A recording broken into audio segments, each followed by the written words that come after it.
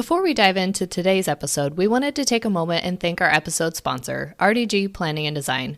RDG is a talented team of architects, landscape architects, engineers, artists, and planners with a passion for design and a drive to make a difference. They believe in applying new ways of thinking and innovative approaches to the preparation of plans that address community and regional issues. They have a network of offices in Omaha, Nebraska, St. Louis, Missouri, Denver, Colorado, and Des Moines, Iowa, with design and planning professionals dedicated to applying their talents in extraordinary ways. Check out their work today at rdgusa.com.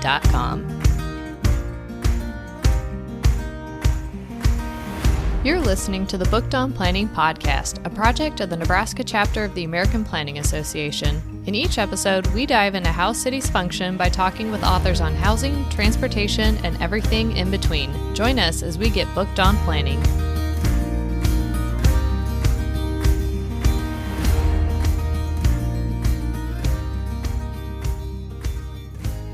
Welcome back, bookworms, to another episode of Booked on Planning. In this episode, we talk with author Matt Enstice about his book, City Forward, a great read about community building capacity of innovation districts based on the work that he does with the Buffalo Niagara Medical Campus in Buffalo, New York. We say this about all our episodes, but this was really a great conversation with Matt, and we dove into a lot of different topics that are front and center for planners and design professionals in general. It really was a great conversation. Matt's expansion on the ever-evolving definition of an innovation district has struck me. Here in Lincoln, we have a more traditional district with Innovation Campus, but after reading City Forward and talking with Matt, I think it would benefit communities if more like non-traditional institutions like community land trusts and co-ops started thinking of the areas that they occupy as innovation districts as well. And one of the questions that you asked was about using images in their work to convey messages, and if he had any examples to share. His answer was really interesting, and I should have had him show us on his screen so we could have screenshot it and shared it on our social media. But he described this image of a human body that each part symbolized a different aspect of the work that they do, and that they're involved in coming together at the heart of the body. Yeah, I actually wish we would have gotten to see that too. The human body makes absolute sense for a medical campus. And it really kind of made me think about like all of the aspects of like our redevelopment plans and how maybe we could further encourage social design principles in our public input process as well. Well, let's get into our conversation with Matt Enstice on his book, City Forward. Well, Matt, thank you for joining us on Booked on Planning to talk about your book, City Forward. You're the president and CEO of the Buffalo Niagara Medical Campus, BNMC for short, because I'm sure we'll use the acronym to talk during the episode, in Buffalo, New York, which is the basis of the content of your book. Today, you work in the world of city planning, community building, but before this, you were in the entertainment industry, which I found really interesting. Can you talk about how you made the career shift and how your background has helped you with your work at the BNMC? Yeah, thanks for having me here. And a lot of people ask me that question of like, you worked at Saturday Night Live. How does that transition into what you're doing today? And the individual that I worked directly for, his name was Lorne Michaels, and he was the creator of SNL. And, what I learned from him was his genius was that he brought diverse groups and individuals together to create his magic. Saturday Night Live has been around, I think it's pushing 60 years now. And I don't know many other shows that have been around for that long. But the reality was he brought diverse groups together. And in most cases, they were the best at what they were doing. So the egos were big and he managed it. And, the work that we're doing here in Buffalo about building out our innovation district is you're bringing hospitals, you're bringing educational systems, you're bringing business leaders together. And in their own right, they have healthy egos and it's managing those. And to get true greatness, it's when you bring diversity of thought, diversity of background, and all of those together. So, again, at the core of SNL, that's to me what was the true genius there. So, in my early career, that's what I learned and hopefully, continue to bring that back here to Buffalo.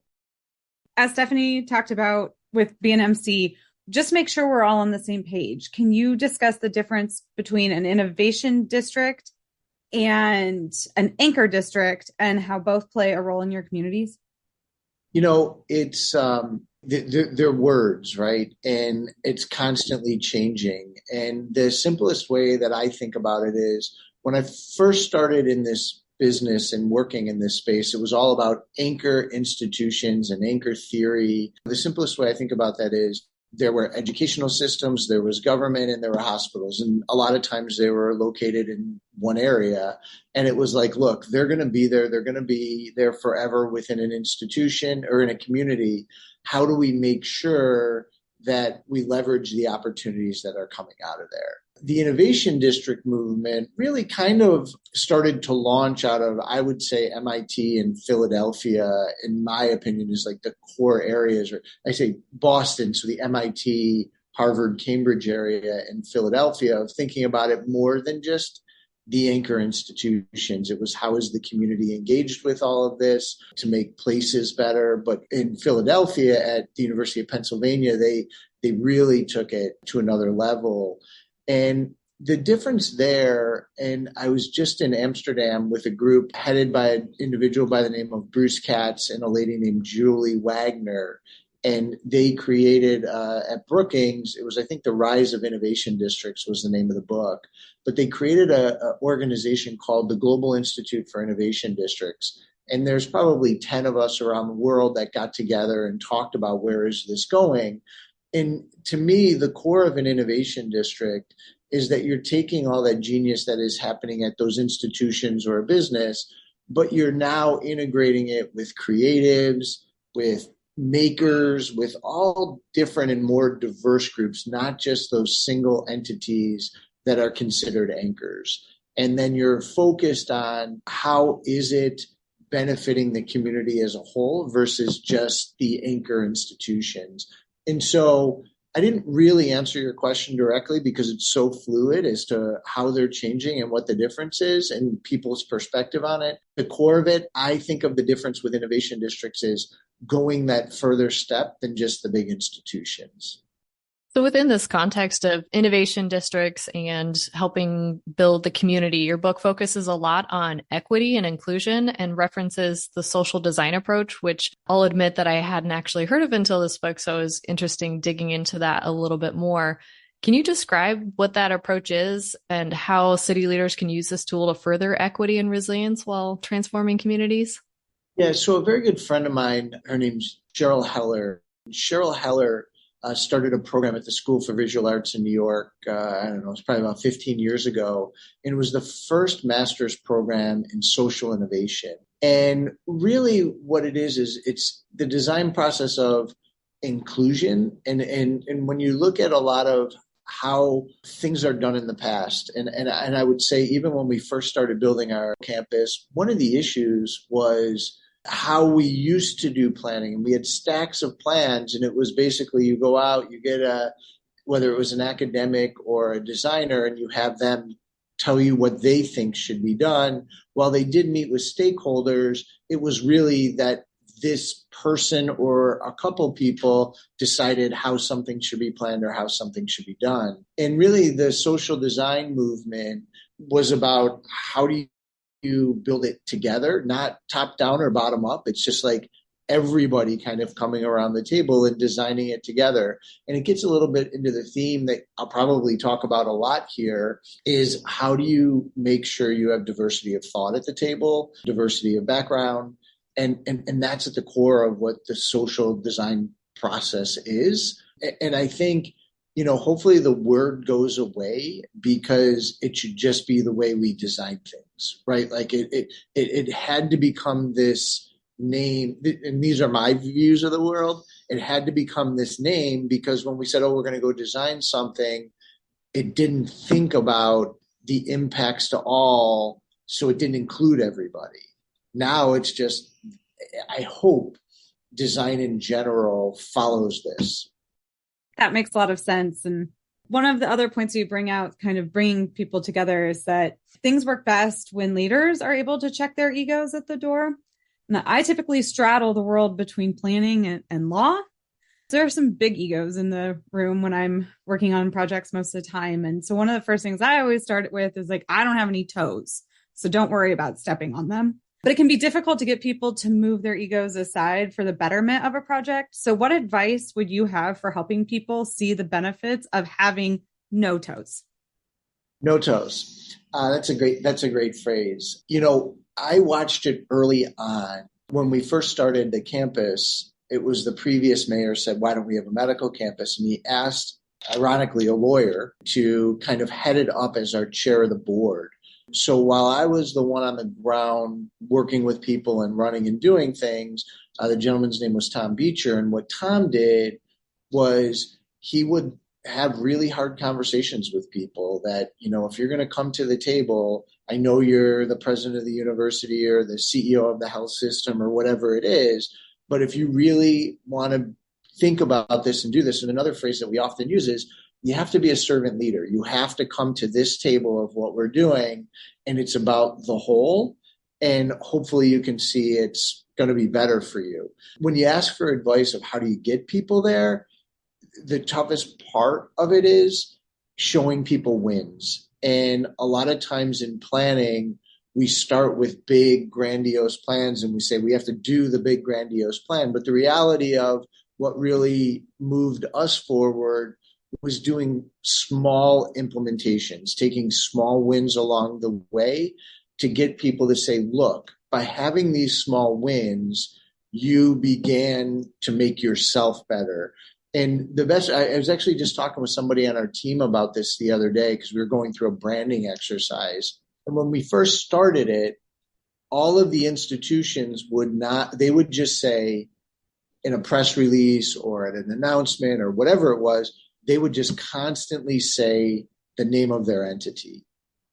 After about, 5, 6, 7, 8, I don't know what the exact number was of small wins, they started saying the name of their institution on the Buffalo Niagara Medical Campus. But it just takes time, and to rush into it, I think, is maybe a mistake we made early, and you never get it right. You kind of have to be flexible with, are we doing this right? Are people on board with this? It just takes time.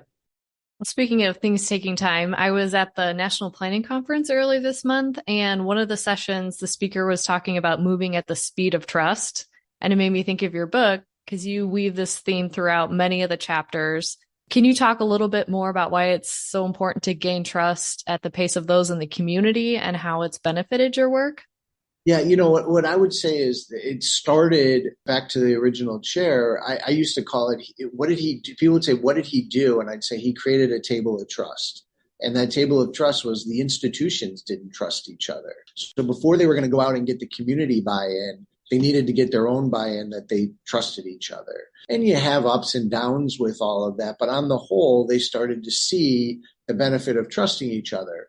More so than ever, when you're working with community, trust is at the absolute core of it.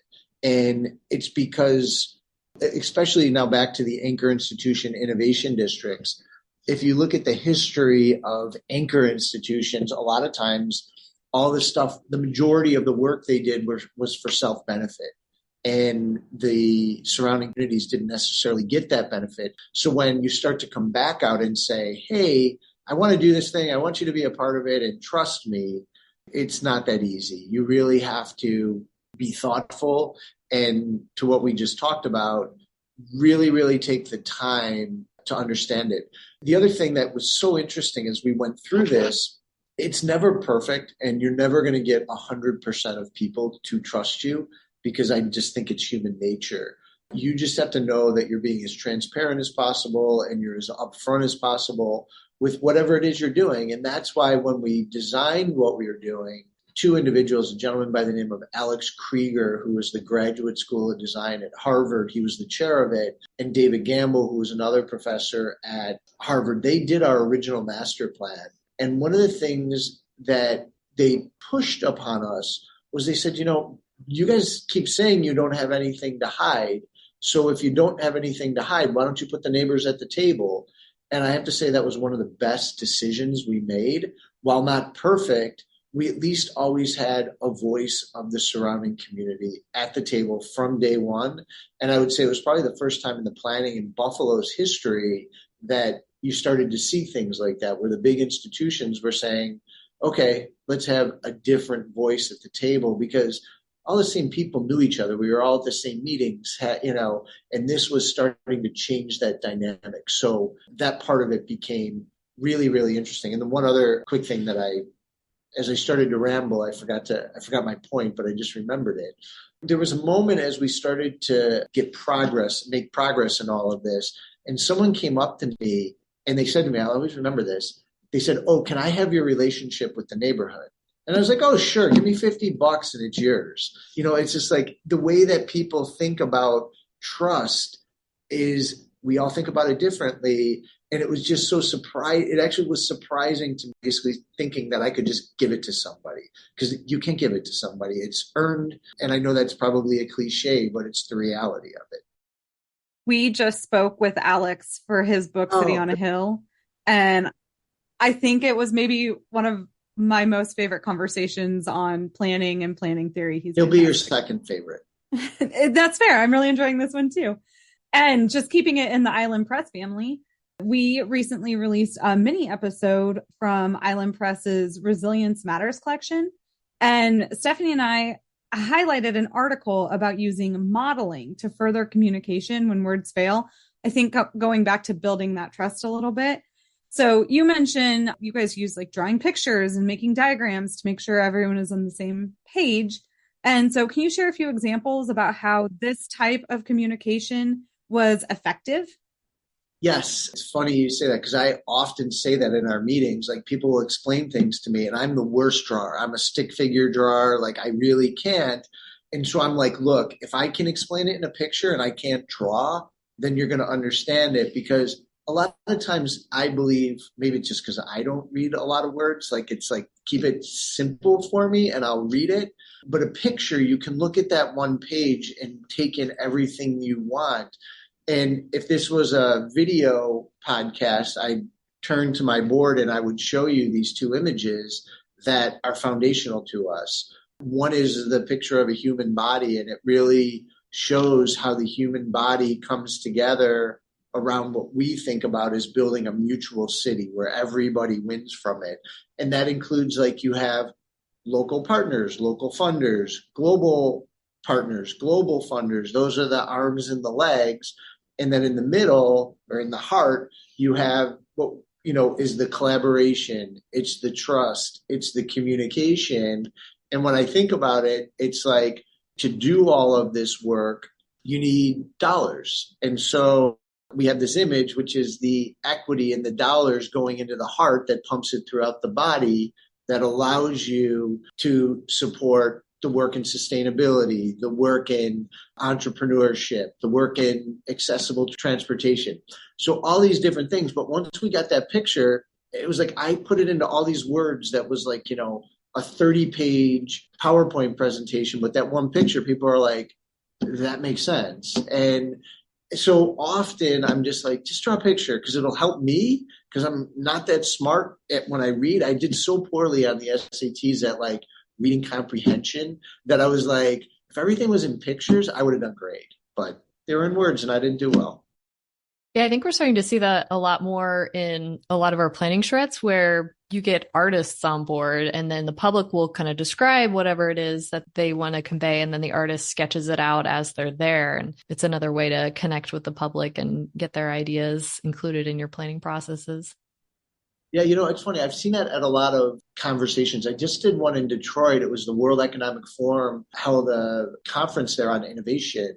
And they literally, they have the panels up there and the person is drawing out pictures of the themes and the concepts of that panel. And it's like, I'll look at that picture and remember what that picture is. But if they sent me the words of what was said, I'll never look at that. So I think that's an interesting tool that I never quite thought of it as a planning tool, but it is. So switching over to kind of the idea of consensus building, you talk in the book about the BNMC having its fair share of critics, needing at some point to move forward despite them, but also you having other situations where you really need to take the time to get buy-in and make sure all voices are heard. And I think every planning process struggles with this. At which point do you move forward and what do you move forward with? So What is your advice knowing when you're on the right path and to ignore kind of naysayers that are just being negative versus not accidentally ignoring really important criticism that could help improve the project? So I don't think I ever ignore criticism from the standpoint of like, that's just a negative person. There's a reason they're saying it. So we always like kind of take it in. So I would never ignore it. The point that you have is he was the former president of Canisius College, which is a small Jesuit school here in Buffalo. And when we first started this approach, we met with him, Father Vincent Cook. And one of the things that he said in it was he said, look, you're taking on a big initiative, and there's going to be people that don't buy into what you're doing. They're going to try to blog it, stop it, slow it down. And one of the things he said was, when that happens, just move on and work with the people that are on the side of where you want to move this. If you fundamentally have planned it out with a social design type process, he didn't say those words, but that's really what he said. And he said, and move forward. But the key component to all of this is those, in this concept, naysayers or people that don't buy into it, leave the door wide open. And that's what we did. The door is wide open. We're going to have these meetings. You're more than welcome to come. You want to get involved at some point in time, you're more than welcome to have that happen. And what I saw, I say this often to people, Father Cook was so right. All those individuals eventually saw, once they, really, it comes back to something we talked about earlier, started to begin to trust us. A lot of the naysaying was around trust. And once they started to trust us, it was, okay, I want to get involved. And we never said, see, I told you so. It was, great, come on in. And how do we do this together? Sometimes it's really hard to hold back that I told you so. That's really hard. In most scenarios, you get to the point that if it gets to where you want it to go or need it to go, you don't need to say it, and you get that gratification. So even though you do want to say it, I'm with you. You're probably just a better person than I am. That's really not. So I also loved your point about stealing shamelessly. I look at old plans like that our city commissioned and other plans from all over, different articles all the time. I keep a highlights folder in a OneNote that I just carry on my phone, because you just never know when inspiration is going to hit. And you never know if maybe a few years down the road, your community will face a challenge and you might have already seen a foundation for that. So what's your favorite thing that you stole from another innovation district? That's actually a great question. What I would say is, I use this. I go to New York City. I'll go to London. I'll go to Amsterdam, where I just went. I just picked 3 amazing cities, right, in their own right. But every city, like Buffalo, like Lincoln, is amazing in its own right. So what we did was we went to Texas, we went to Boston, we traveled all these other cities. And I love that you have your notepad of just taking stuff down, right? And we had the theme because you often come back from some of these places and you say, we should do X, Y, and Z. But the reality is New York City and Manhattan, I think, has 8 million people. We have 1 million. So you can't do it. So what we say is, let's Buffaloize this. Take the really interesting points and make it to our scale, make it to our style. So there are things everywhere that we do that we steal shamelessly. And the one that I'll give you, it's a good, bad, and interesting story, is I was in Minneapolis, and I don't know if you've been in New York City, and I don't know if they have this in Lincoln or not, but in New York City was where it first was, but I saw it in Minneapolis. What it is a bike share program, and this was 15 years ago, and in New York, it's the city bike program, and you ride these blue bikes around and you share it. And I saw it, and I was like, okay, we're going to do that. Found out it was $6,000 a bike. And I was like, okay, that's not going to work in Buffalo. So then our team came to me and they said, hey, we met this guy in Brooklyn who created it at $1,000 a bike, and he put the brains into the bike. And I was like, great. So I went to Brooklyn. I had a meeting with the individual, and I said, what do you need? He said, I need a little bit of seed money, and I need a test site. And I said, great, we'll help you with both of it. So we put some money and gave him some money to match like his friends and family money that he had. And then we started testing out I would ride these bikes around. I mean, this was 15 years ago, before it was really taken off. I'd ride it around the community. And anyways, it gets going and he builds the program up and now it's the platform for a larger program in Buffalo. But the good, bad, ugly side of the story is I can laugh about it now. The other day, this was about 2 years ago, I'm reading the front page of the Wall Street Journal and it says Jump Bike sells to Uber for $200 million. And so I always tell this story because while we can take credit for saying we piloted, we started that company, we helped them get going. The big mistake I made, we didn't take any piece of the company when we made that investment. So I look back, I often kick myself for that, but moving forward, as we make those kind of investments, we do take a little piece of the company in hopes that it becomes something. Towards the end of the book, you say how anchor institutions and innovation districts open their doors literally and figuratively, and it's their role to welcome more people in with more intentional approaches, but that it's challenging to focus on equity when as a business you're focused on profits and selling your product. But we're starting to see this trend where a lot of companies are hiring DEI officers and they're really promoting that they're sustainable and equitable businesses and trying to really be part of that conversation. Do you see that changing and impacting how a lot of these businesses within anchor districts operate and making that an easier sell to them? I think it's changing from a conversational standpoint. Like everybody's talking about it. And I do believe people are doing what, there's definite movement. It's kind of like we were talking about social design earlier. I hope it just eventually gets to this is how we design something, right? Like there shouldn't have to be a diversity, equity, inclusion officer at places. It should just be the culture and the ethos of what a company or an organization or a district believes in. But just the fact that they're starting to happen, hopefully that changes over time, right? But the intentionality of it is, I guess, where we are focused because we talked a lot about it. And then we started to really look in the mirror and look at ourselves and say, well, are we good at it? And we were doing an okay job at it. And so it was like, let's test things. Let's try things. Let's be more intentional as I talk about. But the one thing I can talk about that is like so impactful is we partnered with a group out of Boston, a gentleman by the name of Desh Deshpande. Desh is a very well-known business person in town, just a great person. But he started a program called E for All, which stands for Entrepreneurship for All. And we were doing it. We had our program called I See Success, but I met Desh's team and said, you have it in a box. Can I buy the box and then we'll more formalize what we're doing? And so we were partnered with them for the last 2 years and we brought it back to I See Success. But I was just emailing yesterday with the CEO of E for All, and you have to be super intentional about it. I should tell you what the program is. The program is great. It supports 30 minority and women-owned businesses.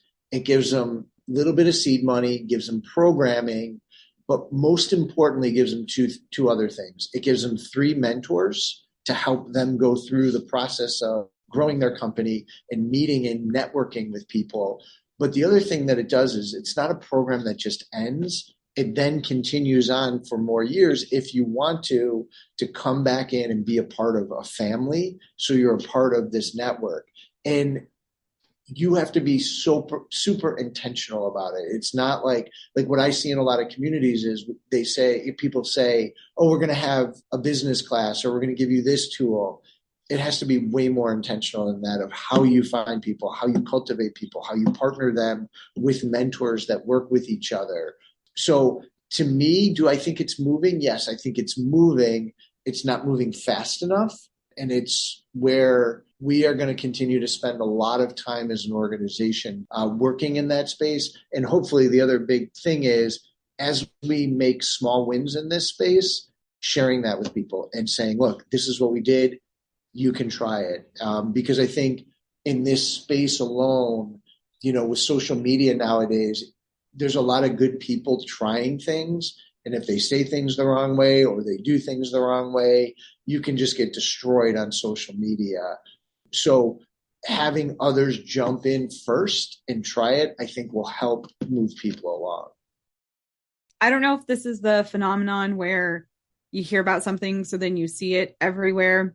But I just finished reading City Forward and I had looked into E for All. And then I was at a networking event and I learned about the Echo Collective here in Lincoln that's basically taking the E for All model and starting something very similar in Lincoln for refugee women. And so I think I was like, I had never heard of this before reading your book. And now I've heard like 4 or 5 people talk about the model. It's really cool. Just to that, you need the forward thinkers like Desh Deshpande to just jump out there and do it and put capital at the table and say, we're going to build a thoughtful model. My big thing with E4All is I think they're a great organization for, a group that's just starting out and trying to figure this out. Our 2 years of working with them made us so much better and stronger to build it out on our own. I think we'd nowhere be near where we are without them today. I think long term, they might have a different model that, can continue to bring groups like ours, like the one you just mentioned in Lincoln together, because that's where the real learning comes from. When we start to learn from refugee populations in Lincoln, Nebraska, what's working. Because if you can do it in Buffalo, you can do it in Lincoln, you can do it in other places. So. Well, is there anything else that we didn't cover or any important messages that you want to end this episode with? No, I thought your questions were extremely thoughtful and spot on with the work that we're doing and how we think about this stuff. And, the innovation district movement is that whether it's an innovation district, it's an anchor institution, doesn't matter. It's really about bringing good people together in communities who might not be brought together. The key phrase that I guess I can leave you with that we're really focused on is integrating networks. And what that means is, and Kyrie on our team is the one who coined it. And what happened was we started to realize the people that he knew in the community wanted access to the people that I knew in the community, but I met with people in the community, he met with people in the community, but they never came together. So, as a community here in Buffalo, our goal is to really figure out how to foster these integrated networks of people who really don't normally come together, get them in a room and make them feel a sense of comfort that they can get to know people without worrying about doing something wrong. So I think the theme for planning in general is that when you plan, you do it with the mindset of what your outcome is, that it's a place where you can integrate networks and everybody feels like they can be a part of it. Well, I think that's a great way to end the episode, and just want to say thanks again for taking the time to talk with us about your book, City Forward. Well, that wraps up our episode with author Matt Enstice on his book, City Forward. Remember to subscribe to the show wherever you listen to podcasts. Please rate, review, and share the show. Thank you for listening, and we'll talk to you next time on Booked on Planning.